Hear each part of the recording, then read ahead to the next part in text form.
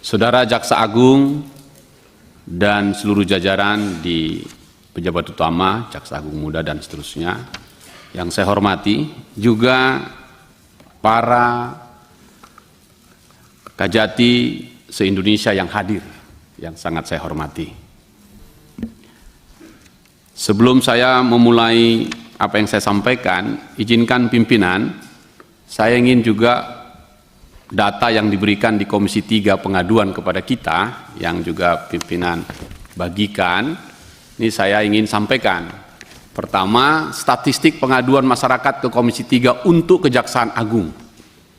Jadi masyarakat pun banyak yang mengadu ke Komisi 3 yang harus kami tindak lanjuti. Di periode 2019-2024, Komisi 3 mendapatkan 104 kasus pengaduan masyarakat terkait Kejaksaan Agung. Jumlah pengaduan masyarakat tersebut berkontribusi sebanyak 12,2% dari total keseluruhan pengaduan masyarakat yang masuk ke Komisi 3 sebanyak 858 kasus. Artinya ini reaksi dan respon kepada kita. Dan ini harus kita hormati karena keberanian masyarakat untuk menyampaikannya ke kita. Yang ketiga, 104 kasus pengaduan masyarakat tersebut berasal dari 15 provinsi, berarti 15 Kajati. Dari total 38 provinsi yang ada di Indonesia. Khusus dari dapil saya, Sumatera Utara itu 8,6%. Jadi banyak juga ini pengaduannya.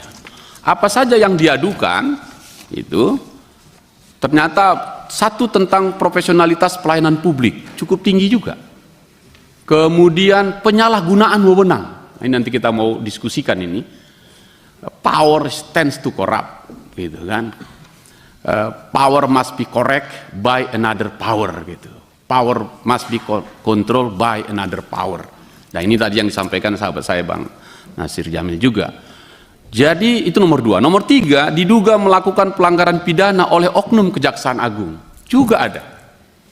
Kemudian pelanggaran kode etik juga ada, dan cukup tinggi ini. Nah poin kita adalah selain diapresiasi kepada kerja-kerja Kejaksaan Agung atau Kejaksaan sampai ke bawah, masyarakat juga memberikan pengaduannya secara resmi ke Komisi 3, juga ke kami pribadi per pribadi, termasuk di fraksi Partai Demokrat, sesuai dengan dapilnya masing-masing. Ini masukan untuk kita. Nah, hal ini kaitannya dengan Undang-Undang Kejaksaan baru kita, dengan power yang cukup banyak sudah diberikan, sebagai pemilik tunggal perkara dan penuntut mewakili negara tunggal untuk ini. Ini penting sekali untuk kita sampaikan agar kita mulai rapat kerja ini. Yang kedua, saya setuju dengan teman-teman tadi, pimpinan, ini kan lanjutan rapat juga yang tanggal 4 September yang lalu. Dan waktu itu banyak pertanyaan yang harus dijawab secara tertulis. Sampai hari ini tidak ada yang dijawab itu, Pak Jaksa Agung, Pak Wakil Jaksa Agung. Ya, tidak ada yang dijawab, pertanyaan-pertanyaan saya itu tidak ada yang dijawab, dan saya tunggu penjelasannya dari tadi juga tidak ada. Nah oleh karena itu saya ingin sekali Kejaksaan Agung juga tampil dengan bagus, tadi sudah terbuka, oke itu. Dan di publik juga kan menarik itu tadi yang disampaikan teman-teman. Saya menganggap Kejaksaan Agung 5 tahun terakhir kemarin itu keren lah, menggelegar di awal, tapi melempem makin habis, hilang tak berjejak. Contoh, kasus Jiwasraya misalnya, begitu heboh se-Indonesia, selesai, dan nggak ada ujungnya juga. Nah karena itu pimpinan, rapat kita kemarin membentuk Panja Penegakan Hukum, ini penting dihidupkan, dan kita langsung jalankan untuk memanggil Jaksa Agung bidang pidana khusus, pidana umum, dan yang lain, untuk mempertanggungjawabkan seluruh kasus-kasus yang sudah diselesaikan dan sudah inkrah. Kemana ujungnya ini? Contoh misalnya ya, ketika heboh Duta Palma, itu kita sita perkebunannya luas sekali. Bagaimana jaganya itu? Bagaimana itu? Dan seterusnya, banyak sekali. Karena itu Badan Pengelola Aset kita penting nanti untuk menjadi melengkapi itu. Nah berkenaan dengan kekuasaan teman-teman penyidik ini, tentu kan perlu kontrol. Saya baca tadi di bidang intelijen, dan saya baru dengar ini, mudah-mudahan ini bisa dijelaskan, yang namanya bidang SDO, sumber daya organisasi, dan SIRI, Satuan Tugas Intelijen Reformasi Inovasi Kejaksaan di bawah Jam Intel. Saya coba cari-cari tahu, katanya SDO-nya ini propamnya Kejaksaan Agung yang menangkapi para penyidik-penyidik yang salah, gitu kan. Pertanyaan saya, sudah berapa banyak jaksa-jaksa nakal yang ditangkap oleh SDO ini dalam rangka menjalankan tugasnya menyidik. Penting kita dengarkan ini supaya clear ini apa yang terjadi. Nanti saya akan jelaskan mengapa ini menjadi sangat penting. Mohon dijelaskan dulu nanti ini. SDO ini baru dengar kita. Kami tadi diperkenalkan pimpinan punya MKD tadi.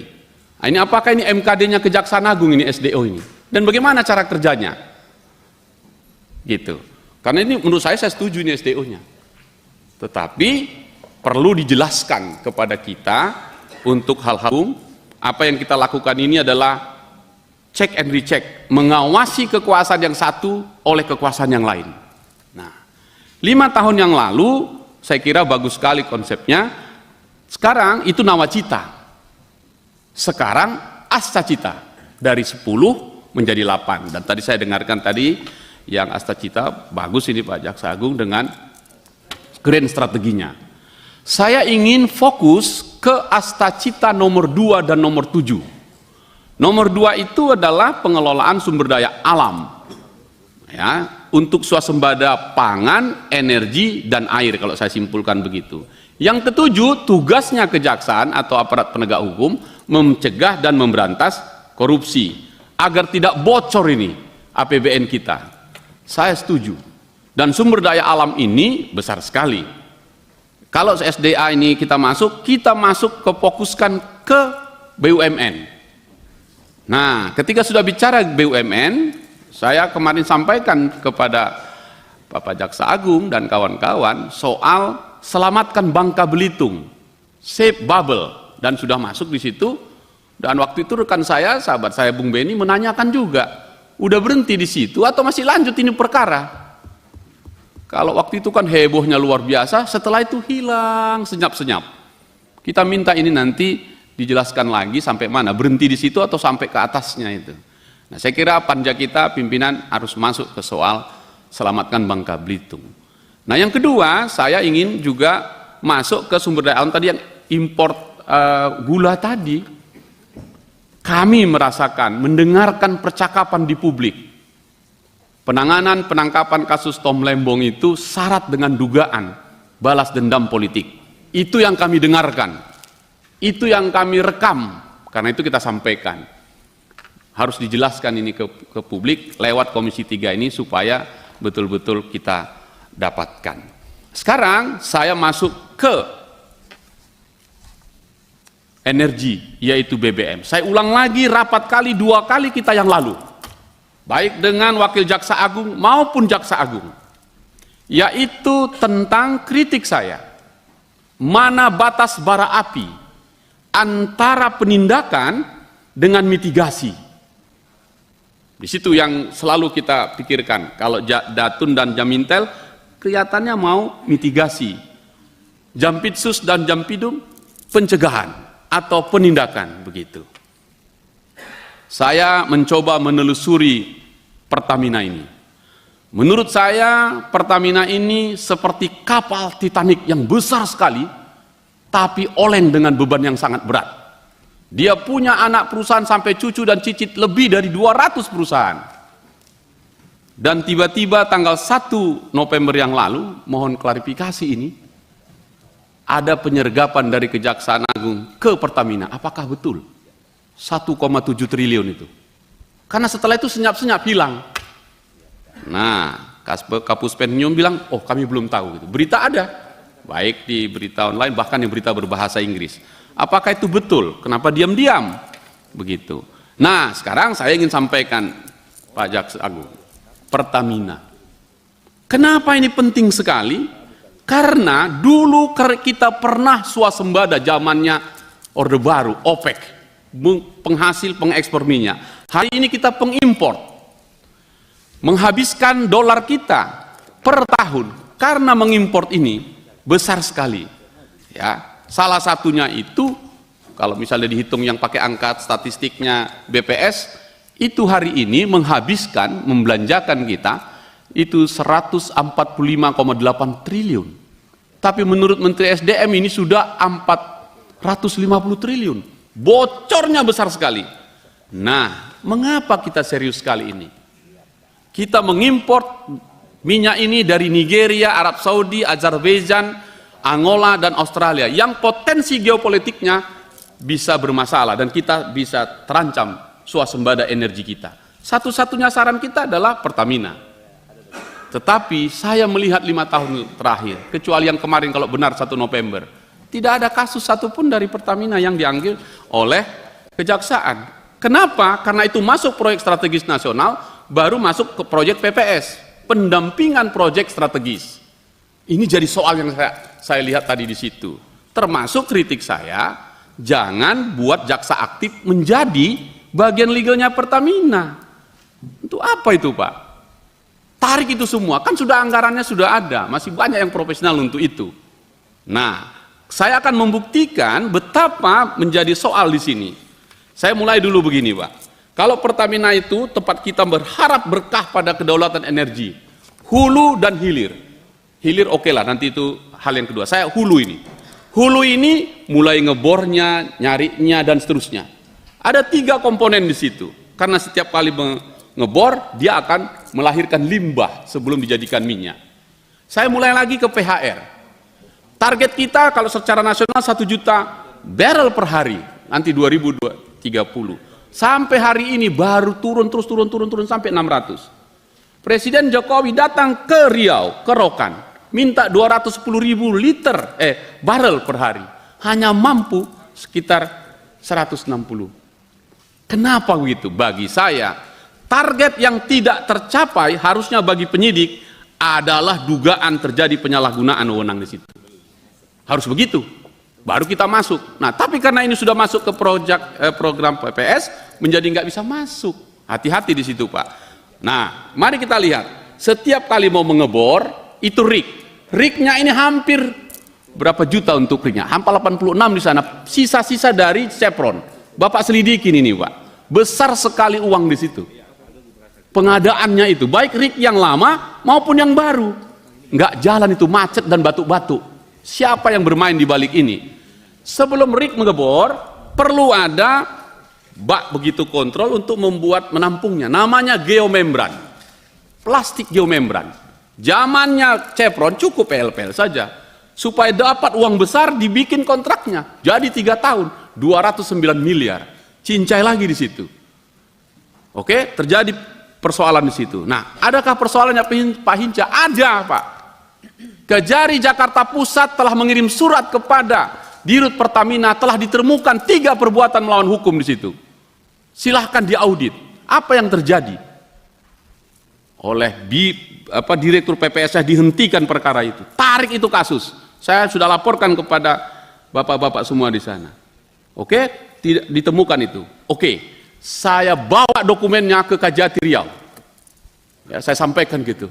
Itu dianggap enteng itu sama Kajati Riau.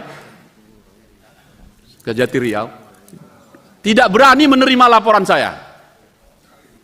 Oke, setelah itu saya serahkan seluruh dokumennya.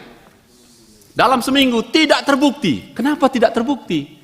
Karena Direktur PPS langsung menyatakan, cepat-cepat kita bikin ini untuk geomembran ini masuk PPS. Pasang plang, jangan ganggu aku. Beginikah cara kerja kita. Kalau supaya lengkap Bapak Ibu sekalian, supaya dokumennya lengkap, saya tuliskan 400 halaman yang saya janjikan itu. Di sini lengkap semua.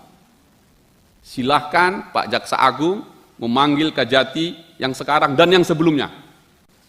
Dan saya minta pimpinan agar rapat khusus kita memanggil mereka dan para pihak yang melakukan tender-tender itu semua. Jumlahnya ribuan, jumlahnya ratusan triliun. Kenapa teman-teman diam saja? Jebol terus ini Pertamina kita, jebol terus ini swasembada energi kita. Sementara Presiden Prabowo bilang, bocor, bocor, bocor, bocor. Nah, kalau penegakan hukumnya baik, tentu akan baik. Karena itu, saya minta Kajati Riau diperiksa, Pak, dan jajarannya. Saya yang melaporkan resmi. Nggak mau menerima tanda tangannya, Pak. Dipanggil itu KTU, ini terima aja di sini. Gitu. Begitukah caranya? Nah, kalau begitu, saya minta pimpinan Dalam rapat-rapat ini panggil semua, bongkar di sini semua kasus-kasus itu. Bagian dari pengawasan kita. Kalau tidak, target swasembada energi yang disampaikan Presiden Prabowo tidak didukung oleh Jaksa Agung. Menurut saya itu. Nah, kalau ini kita selesaikan Pak Jaksa Agung, selamatlah bisa tembus 5.000 triliun itu APBN kita. RIK itu semua Pak, itu semuanya yang sudah tua renta. Pernahkah Bapak cek? Silahkan dicek nanti. Geomembran itu Pak, itu semuanya yang kelas bawah itu, semuanya tidak mau ngeceknya. Nah oleh karena itu pimpinan bersama-sama nanti Jaksa Agung atau Jampitsus dengan Kejati Riau, kita kunjungan. Cek langsung ke Rokan, mana ini semua. Dan buka satu-satu. Ayo Pak kita cek satu-satu Pak. Oleh karena itu supaya lengkap semuanya, izinkan saya pimpinan menyerahkan buku yang saya tulis ini. Iya. Benar. Iya. Namanya Save Blok Rokan untuk swasembada energi. Iya, jangan karena geomembran setitik rusak Pertamina Sebelanga. Nah, ini kalau tahu nanti Bang NJ ini pasti suka ini. Satu lagi tentang Save Bubble. Saya ingin bacakan gurindamnya ini Pak. Kalau tadi pantun pimpinan, saya mau bacakan gurindam. Kalau di Melayu ada gurindam 12. Saya punya gurindam 13. Supaya cocok Panjaitan 13. Jangan karena kecurangan setitik rusak tender Sebelanga. Jangan karena tender setitik rusak geomembran Sebelanga. Jangan karena geomembran setitik rusak blok Rokan Sebelanga.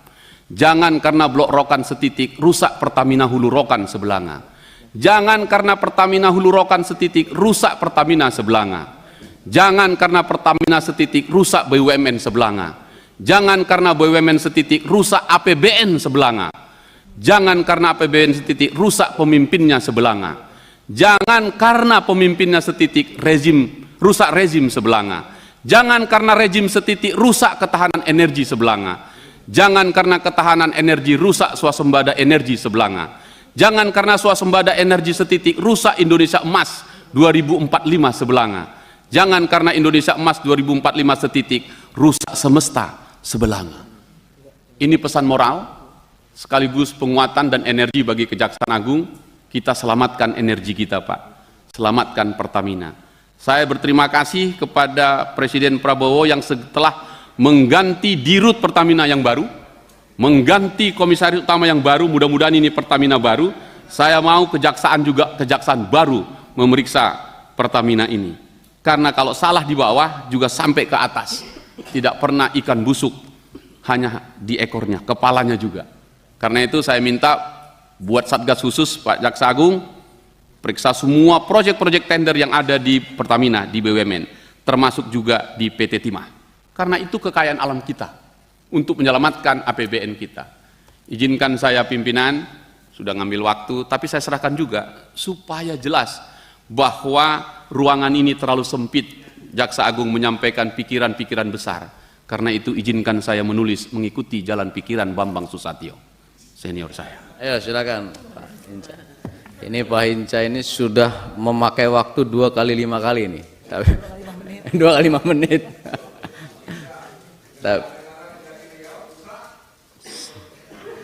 Ini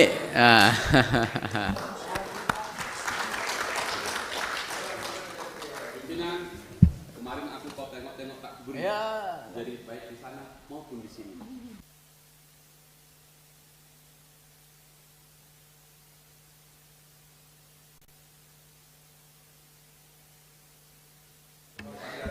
Jadi Pak Jaksa Agung ini sebetulnya nanti memang kita akan ada pendalaman ke depan lebih khusus karena ada panja penegakan hukum sumber daya alam. Nah salah satu yang menjadi dasar kita ini tulisannya Bang Hinca nanti.